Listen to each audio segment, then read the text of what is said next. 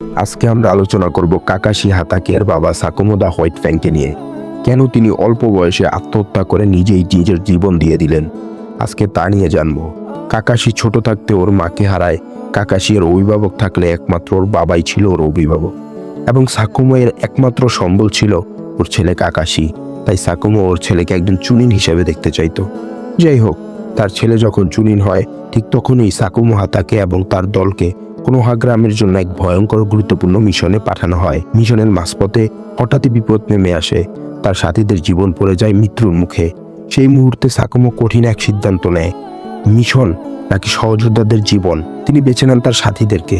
Mission পরিত্যাগ করে তিনি বাঁচান তার সাথীদের জীবন, কিন্তু এই সিদ্ধান্তই তার জীবনের সবচেয়ে বড় শাস্তি হয়ে দাঁড়ায়। মিশন ব্যর্থ হয়, তাকে ঘৃণা করে ল্যান্ড অফ ফায়ারের মানুষজন, কোনোহার মানুষজন, এমনকি যাদের তিনি বাঁচিয়েছিলেন তারাও পর্যন্ত তাকে দোষারোপ করতে শুরু করে।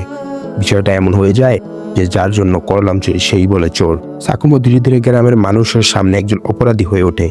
অপমান আর অবহেলায় ভেঙে পড়ে সাকুমো। গভীর বিষণ্ণতা গ্রাস করে তাকে। হারিয়ে যেতে থাকে তার শক্তি, তার আত্মসম্মান। শেষ পর্যন্ত নিঃসঙ্গতার অন্ধকারে তিনি নিজেই নিজের জীবন শেষ করেন এবং কাকাশি হাতাকিকে এতিম রেখে যান।